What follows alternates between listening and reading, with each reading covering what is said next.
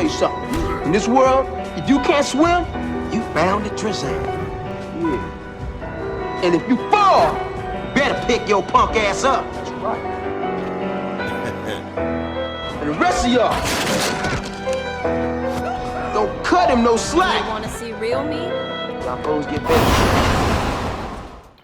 YouTube, what it do? It's your favorite big dog man, D Money, back again with another video. You see the title, you see the thumbnail, so you know what you're here for.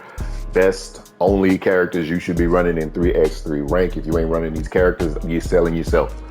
Now, before we get started, the way this is going to work, I'm going to give you my recommendations. Along with that, the characters that I recommend are going to fall into one of these three categories. They're either OP offensively, OP defensively, or they have something spammable. And lastly, this should go without saying, having your characters at P7 helps. So let's not waste any time. Let's get into the video. All right, starting with your centers, your top option is going to be Blair. Outside of that, you're going to be Hal. That is your top two meta options. Outside of that, Lloyd is pretty decent. Then you got Jimmy. Only other recommendation I would have would be Lee if you have him at P6 or P7, preferably P7, and you have his 3-point tree completely filled out. Next, you got your power forwards. Top option obviously is going to be Giant G, followed by Fox, preferably at P6. Only other two I would recommend would be Double D and Faye at P6 or higher. All right, next we got your small forwards. Top options is going to be Jack and Nathan, not exactly in that order. Outside of that, Rebecca is really strong in 3x3. Lou is okay, but everybody's not built to play Lou. The only other person I would recommend for 3x3 out of this batch would be Jesse and Bagman if you have them at P7.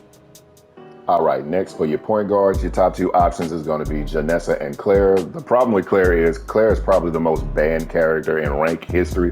So you're lucky if you actually get a chance to play Claire.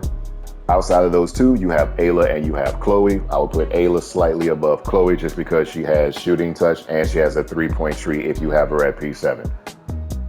All right, and lastly for your two guards, top two option is going to be old bum-ass Ox Queen and Yuna. Both of these two are really good at 3x3. Outside of that, you got MC and Ren are really good, especially if you have them at P7 and their trees fully kitted out. The only other ones I would run only if you have them at P7 would be Nadia, Jason Walker, and Kim.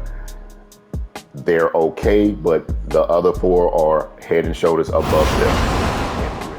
All right, now, if the character that you want to play, you don't have them at P5, then what you want to do is you want to go in your mailbox. You should have a few of these stacked up in here.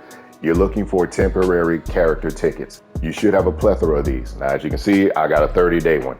Don't plan on using it anytime soon, so it'll basically just be sitting in my mailbox forever. But as you can see, you go up in here and it will give me a max P5 character for any one of these characters for the next 30 days. Outside of that, there's a 7-day one, there's also a 3-day one, and there's a 1-day one.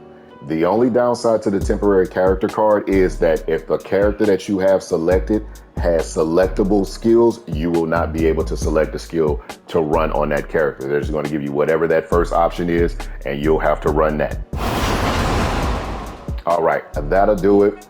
As usual, I try to keep it short, simple, and straight to the point. But that is all I got for you. If you got any other questions, comments, or concerns, definitely let me know. But outside of that, like, comment, and subscribe, and I will catch you boys on the next one. Peace.